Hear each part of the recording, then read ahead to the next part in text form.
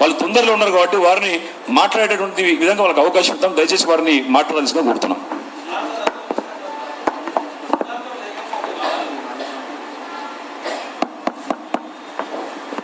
బహుజన హితాయ బహుజన సుఖాయ. బహుజన బంధువులారా, మీ అందరికీ శిరస్సు వంచి నమస్కరిస్తా ఉన్నాను. నేను కూర్చొనే మాట్లాడతాను. ఇది గోష్ఠి, ఇది రౌండ్ టేబుల్. నిలబడితే ఆవేశం, కూర్చుంటే ఆలోచన.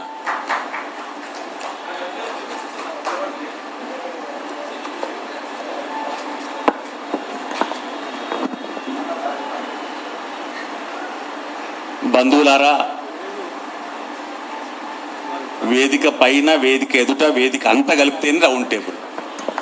ఈ చుట్టూర మనమంతా ఉన్నటువంటి వాళ్ళందరూ కూడా వేదిక పైనే ఉన్నట్టుగా అందరూ గుర్తించాల్సిందే. మేమందరం అయితే ప్రత్యేకించి గుర్తిస్తూ ఉన్నాం. మన అగ్రజులు కృష్ణన్న, సోదరులు మధుసూదనాచారి గారు, సోదరులు దయాకర్ గారు, పెద్దలు వన్నాల శ్రీరాములు గారు, జగదీష్ గారు, విఠల్ గారు, విశారదన్ గారు, సోదరులు చిరంజీవులు గారు, కృష్ణ గారు, నరేంద్ర గౌడ్ గారు, మిగతా ఎందరెందరో బంధువులు ముందు వెనుక వరుస క్రమంలో ఏ రకమైనటువంటి చోటు తారతమ్యం లేకుండా ఎంతో కలిమిడిగా ఇక్కడ కూర్చొని ఈ దాసు సురేష్ చేసేటువంటి దాసయజ్ఞం సఫలం చేసేటువంటి ప్రయత్నం చేస్తూ ఉన్నారు. ఆశీర్వాదం నేను చేస్తూ ఉన్నాను సురేష్కు. బంధువులారా, నాకు 1995 గుర్తుకొస్తా ఉన్నా. వివి హాల్, కోటి, ఉస్మానియా మెడికల్ కాలేజ్ దాటిన తర్వాత కుడి చేతి వైపు మల్లితే కనిపించేటువంటి చాలా ప్రఖ్యాతమైనటువంటి హాల్. అంతవరకు మేము అంతర్గతంగానే పనిచేస్తూ వస్తున్నాం. అందరి దృష్టిలో పడితే కొన్ని కష్టాలు కూడా పెరుగుతున్నాయని చెప్పి, కానీ బహిరంగంగా వేదికను నిర్మించి సందేశాలు ఇవ్వక తప్పదు, మన కూటమిని, మన ఏకీకృత సంఘటనను చూపించక తప్పదు అనేటువంటి ప్రయత్నం వివి హాల్లో జరిగింది. ఎందుకోసం జరిగింది? ఈ ఉమ్మడి రాష్ట్రం నుంచి తెలంగాణ ఖచ్చితంగా విడిపోవలసిందే. తొలి ఉద్యమ అనుభవాలతో మలి ఉద్యమ నిర్మాణానికి కావలసినటువంటి సాధన సంపత్తిని, జ్ఞాన సామగ్రిని సిద్ధం చేయవలసిందే అని నిర్దేశం చేసుకోవడం కోసం అక్కడ మేము సమావేశం అయి ఉంటుంది. గద్దర్బాయ్, పాషం యాదగిరన్న, నేనని చెప్పుకోవద్దు, మంచిది కాదు, కానీ నేను పోలీసు నక్సలైట్ల చేత చచ్చిపోయింది అనుకుంటా మా నర్సిరెడ్డి, పెద్ద మనిషి నర్సిరెడ్డి సాబ్, ఇటువంటి వాళ్ళందరం కూడా నిర్వాహకులము, సందేశకులము. గద్దరన్న గజ్జె కట్టిండు, మా అన్ని ముచ్చట్లు నడిచినాయి. కానీ ఆ తర్వాత ఏర్పడినటువంటి ప్రతిబంధకాలు, ఒత్తిడి మామూలుది కాదు. ఇవాళ నాకు తాజాగా కొత్త రూపం కనిపిస్తూ ఉంది. తెలంగాణలో ఏదైనా విత్తుపడడం మొదలైతే విటలా, ఇక అది పాటే. ఆ మేరకు పడ్డది. ఈ భూమిని చదును చేసేటువంటి, ఈ భావజాలాన్ని స్థిరం చేసేటువంటి ప్రయత్నం జరుగుతున్నటువంటి అడుగుల్లో అనేకానేక ప్రవాహాలు ఉన్నాయి. ఆదిగురు ఎట్నన్నా కృష్ణన్నే. ఆయన ఒక్కసారి కొంతమంది యాద్ చేసుకోవచ్చు, యాద్ చేసుకోకపోవచ్చు, అది వేరు విషయం. అదే రీతిలో ఆయన అడుగుజాడల్లో, ఆయన వెలుగు నీళ్ళల్లో తమదైనటువంటి పంతాను సిద్ధం చేసుకొని కదిలినటువంటి బిడ్డలు ఎందరెందరో ఉన్నారు. ఇక్కడ వేదిక మీద కూడా ఉన్నారు. వెనుకమ్మ నరేంద్ర గౌడ్ ఉన్నారు, ముందట దాసు సురేష్ ఉన్నాడు, నేత. ఈ రీతిలో చాలామంది ఈ సమూహంలో ఉన్నారు. ఇవాళ ఏం కావాలి? తెలంగాణ వర్తమాన ప్రభుత్వాన్ని సీతమ్మ కష్టం. ఎరక్కపోయి మాటిచ్చాను, ఇరుక్కుపోయాను అనేటువంటి పరిస్థితి. నేను ఒక సామాజిక సాధికారికత ప్రోత్సాహకునిగా మాత్రం చెప్తా ఉన్నా. ఇది అఖిలపక్ష గుండు టేబుల్ కాబట్టి నేను చెప్తా ఉన్నాను.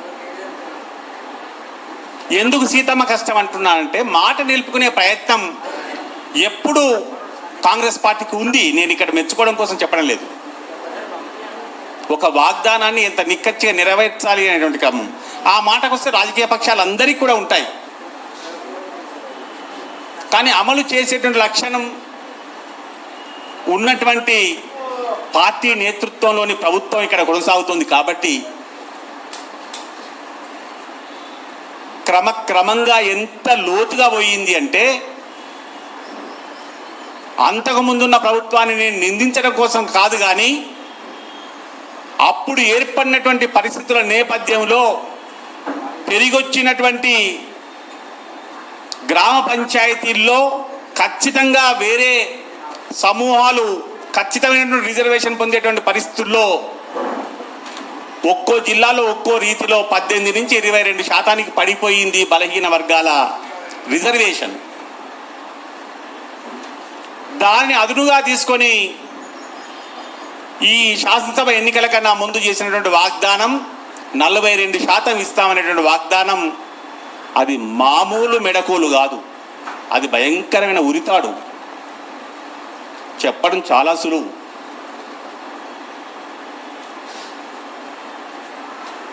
శాసనసభ ఎన్నికలు అయిపోయాయి. స్థానిక సంస్థల ఎన్నికల నిర్వహణ మొదలవుతున్నటువంటి క్రమంలో మొదటిసారిగా రాజకీయ పార్టీలకు అతీతంగా నేను మారి ఒకటే ఒక్క పిలుపు, ఒకటే ఒక్క మాట చెప్పాను. నేను కేవలం ఈ బీసీ ఉద్యమాల్లో బీసీ ఉద్యమ సంఘాల ప్రతినిధిగానో భాగస్వామిగానో నేను ఇక్కడ పనిచేయడం లేదు. కానీ బీసీ బిడ్డను, బీసీ సామాజిక సాధికారికత, న్యాయం, భద్రత, నిర్మాణం, సౌజన్యం, మిగతా అన్నింటి బహుళ జాతులతో, సబ్బండ వర్గాలతో సమీకృతం, ఇవన్నీ చేసేటువంటి క్రమంలో నిర్మాణంలో ఉన్నా నేను. స్థానిక సంస్థల్లో 42% రిజర్వేషన్ ఇస్తామన్నారు, ఇవ్వండి. అంతే.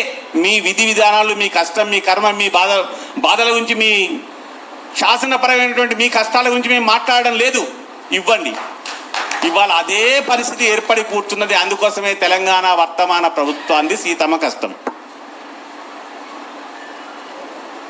ఒక సర్వే, ఎందుకంటే భారత ప్రభుత్వం మాత్రమే రాజ్యాంగబద్ధంగా సెన్సస్ రిజిస్ట్రార్ ద్వారా జనగణన చేయగలుగుతుంది. జాతీయ ప్రతిపక్ష నేత రాహుల్ గాంధీ ప్రత్యేకించి ఒక అంశాన్ని ఎత్తుకున్నాడు, కుల జనగణన చేపట్టండి అని. ఆ అంశానితో ముడిపడి ఉన్నటువంటి వివిధ రాష్ట్రాలు ఎంతో ఆనందపడ్డాయి, కదులుతా ఉన్నాయని వెంట. ఈ నేపథ్యంలో కుల జనగణన చేసేటువంటి ఆస్కారం ఉందా లేదా అనేటువంటి మీమాంస కేంద్ర ప్రభుత్వం పడుతున్న దశలో సాధికారికంగా రాష్ట్ర పరిధిలో రాష్ట్ర ప్రభుత్వం జనగణన చేయలేదు. కాబట్టి గత ప్రభుత్వం చేసినటువంటి ఒక్క రోజులో చేసేటువంటి సర్వే పద్ధతిలోనే మరింత విస్తారమైన రీతిలో సర్వే చేసే ప్రయత్నం చేసింది. అపోహలు ఏర్పడ్డాయి, హైకోర్టు పోయింది, ఏకసభ్య ఏపీ మెడికల్ కమిషన్ ఏర్పడింది. ఈ నివేదికలన్నీ కుప్పలు తెప్పలుగా బరువుల మీద బరువులుగా ఈ వర్తమాన ప్రభుత్వం మీద పడ్డది. ఇదే రీతిలో తెలంగాణ సమాజంలో, తెలంగాణ సబ్బండ జాతుల్లో, ప్రధానంగా బహుజన జాతుల్లో ఒక విశ్వాసం ఏర్పడ్డది. ఆ విశ్వాసానికే ప్రతీక ఈనాటి ఈ సమూహం. ఇక నుంచి ఏదైనా ఒక్క సరి అయినటువంటి రీతిలో కూర్చొని ఒక ఆందోళన, ఒక ఆవేదన, ఒక ప్రదర్శన, ఒక చర్చ జరుగుతుంది అంటే వర్తమానం పోతే చాలు, అన్ని పక్షాల వారు వచ్చి ఇక్కడ హాజరవుతారు. అటువంటి చైతన్యం వచ్చి కూర్చున్నది, తప్పించుకోలేరు. అంత మాత్రమే కాదు, భాగస్వామ్యం ఏ రీతిలో ఉన్నా తెలంగాణ యావత్ బహుజన సమాజానికి పోతున్నది. మనం మాత్రమే ఇక్కడ కూర్చొని వినిపోతున్నామని అనుకోవడం మాత్రమే కాదు, చాలా చైతన్యవంతులు కానీ నివురుగప్పిన నిప్పు లాంటి వారు మన బహుజన సమూహం. అందుకోసమే అటువైపు తెలంగాణ వర్తమాన ప్రభుత్వం చేసే కష్టం తను చేసే ప్రయత్నం చేస్తుంటుంది. కేంద్రంలో ఎటువంటి వంకలు వస్తాయో, న్యాయపరమైనటువంటి చిక్కులు ఇంకేం వస్తాయో అవన్నీ చూసుకోవడం కోసం వివిధ దశల్లో మనం సమాయత్తం కావాలి, చేస్తూ పోవాలి. ఇవాళ మన కృష్ణన్న ఇక్కడ కూర్చొని ఉన్నాడు. ఏ సమూహం మనిషి అయ్యా అంటే, ఎక్కడ కూర్చున్నా ఇక్కడ కూర్చున్నా పాపం కృష్ణన్న రెండోసారి తాజాగా మరోసారి రాజ్యసభలోకి పోయిన తర్వాత ఆయన మీద నిఘా ఎక్కువైపోయింది. ప్రేమ కొద్దే, గౌరవం కొద్దే. ఎందుకు అంటే ఆర్ కృష్ణయ్య అక్కడ ఎందుకు కూర్చున్నాడు? సెంట్రల్ ఇంటెలిజెన్స్ అన్నిటికంటే ఎక్కువ ఇన్ఫర్మేషన్ తీసుకోవాల్సి వస్తుంది. ఎందుకంటే ఆయన అక్కడేం చెప్తున్నాడు, మన మాటకు ఆయన తోటు కావాలి, దాంతో పాటుగా ఆయన చెప్పిన మాటను మనం ఖాతా తీసినట్టు కనిపించాలి. ఇక్కడ మధుసూదనాచారి గారు కూర్చొని ఉన్నారు. ఇప్పటికే మొత్తంగా గతం మొన్నటి వరకు 10 ఏళ్ల పాటు ఏళ్లుబడి చేసినటువంటి ఆ పార్టీ ఇవాళ మరోసారి బహుజన బిడ్డలకు అండ ఎవరైనా ఉన్నారంటే మేము మాత్రమే ఉన్నాము అనేటువంటిది ఖచ్చితంగా మరోసారి జనం మదిలోకి పోవడం కోసం వాళ్ళు చేసే ఎత్తుగడ ఆ రీతిలో ఉంటుంది. జనం మదిలోకి పోవడం కోసం విశ్వ ప్రయత్నం చేస్తూ ఉంది. అనేక రూపాల్లో, అనేక వేదికల రూపంలో, అనేక ఆందోళన రూపంలో వాళ్ళ ప్రయత్నాలు వాళ్ళు సాగుతూ ఉన్నాయి. అదే క్రమంలో ఇక్కడ మా చారి వచ్చి కూర్చోండి ఎందుకు అని చెప్పి అక్కడి నుంచి వాళ్ళ నాయకుడు కూర్చొని చూసుకుంటూ ఉంటాడు. అంటే ఇటువంటి చైతన్యవంతమైనటువంటి అతి సున్నితమైనటువంటి సమావేశాన్ని ఇవాళ సురేష్ ఇక్కడ నిర్వహణ చేస్తూ ఉన్నాడు. ఇటువంటి దశలో మనం ఏం చేయాలి?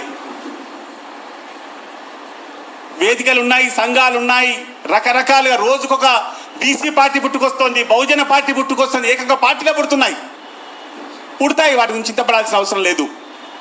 తెలంగాణ ప్రత్యేక రాష్ట్ర ఉద్యమ నిర్మాణం మరింత బలోపేతమై, ద్విగుణీకృతమై, ఏకీకృతం అవుతున్నటువంటి క్రమంలో అనేక రూపాల్లో వచ్చాయి. ఈనాటికి కూడా చాలామంది సార్ మీరు 95లో తెలంగాణ ప్రగతి వేదిక నిర్మాణం చేసినారట కదా, దానికి ద్వారానే తెలంగాణ ఐక్య వేదిక నిర్మాణం చేసినారట కదా అని చెప్పి నాకు గుర్తు చేస్తూ ఉంటారు. జయశంకర్ గారిని, కేశవరావు జాదవ్ను, దాశరథి రంగాచార్యను, మిగతా వాళ్ళందరినీ కూడా కూర్చోబెట్టి మొట్టమొదటి ఉపన్యాసాలు, అందరి తర్ఫీదులు ఇవ్వడాలు, శిక్షణ కార్యక్రమాలు చేసి ఇవన్నీ ఈ నిర్మాణ క్రమాలన్నీ జరుగుతూనే అవుతాయి. కాబట్టి కొత్తగా పుట్టుకొచ్చే మరిన్ని సంఘాలు పుట్టుకొచ్చిన చింతపడకండి విఠల్. ఇవాళ జరగాల్సింది ఏంది? వాటిల్లో మన సోదరుడు విశారదం చెప్పేటువంటి ఒక తాత్విక పునాదిని తీసుకొచ్చేటువంటి ఒక అతి సహజమైన వేదిక నిర్మాణం కోసం అరమరికలు లేకుండా అన్ని రాజకీయ పక్షాలు, అన్ని బహుజన, దళిత, ఆదివాసీ బహుజన పక్షాలు కూడా తెలంగాణ బహుళ సమాజంలోని సబ్బండ వర్గాల మేమెంతో మాకంతా అనేటువంటి దాన్ని సాధించేటువంటి క్రమంలో ఒక లోతుగా పనిచేసేటువంటి ఒక ప్రజాతాత్విక కూటమి, ఒక ప్రజాతాత్విక వేదిక నిర్మాణం జరగాల్సిన, ఇదో మరో సంఘం గురించి నేను చెప్పడం లేదు, కానీ ఆ చర్చ అక్కడ జరిగింది అంటే అదొక కోర్, అదొక న్యూక్లియస్ తయారు చేసేటువంటి, ఇక్కడి నుంచి ఒక సందేశం, ఒక సంకేతం, ఒక సంవిధానాన్ని విస్తరింపజేసేటువంటి రీతిలో ఉండే ప్రయత్నంగా అది కనిపించాలి.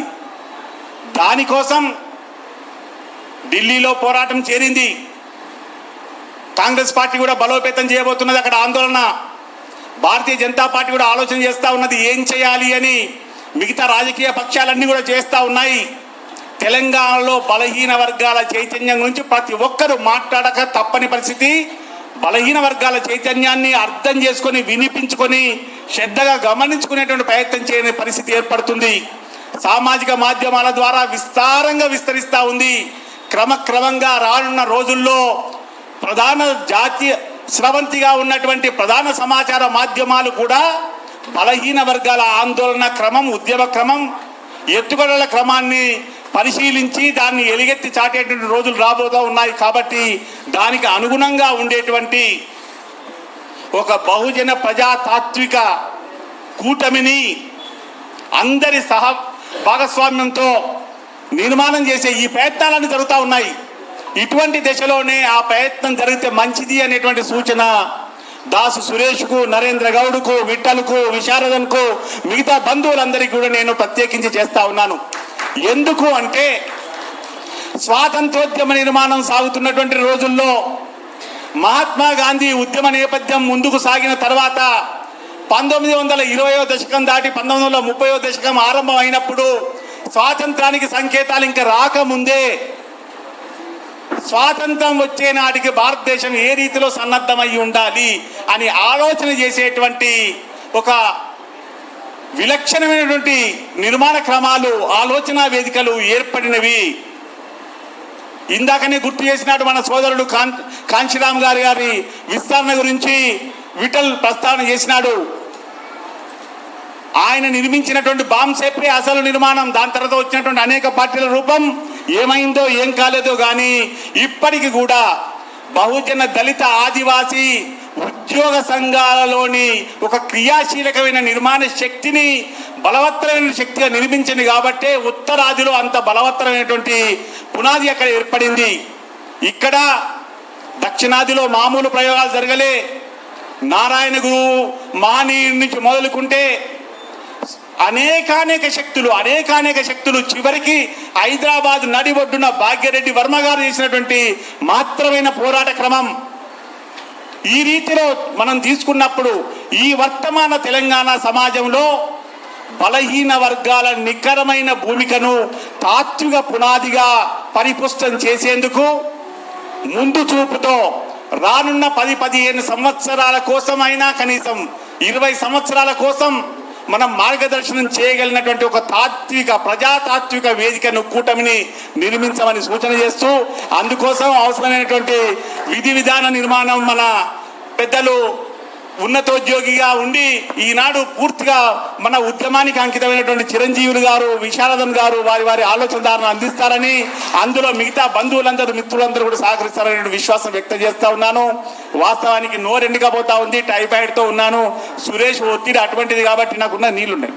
సురేష్ ఒత్తిడి అటువంటిది కాబట్టి అయినా ఈనాటి గోష్ఠి యొక్క విశిష్టతను నేను అర్థం చేసుకునేవాడిని. నిన్న మొన్న కూడా చాలా చోట్ల పిలుపులు వచ్చినా ఇవాళ రానందుకు నాకు వేరే రకమైన నింద కూడా పడుతుంది అనేటువంటి అంచనా నాకుంది.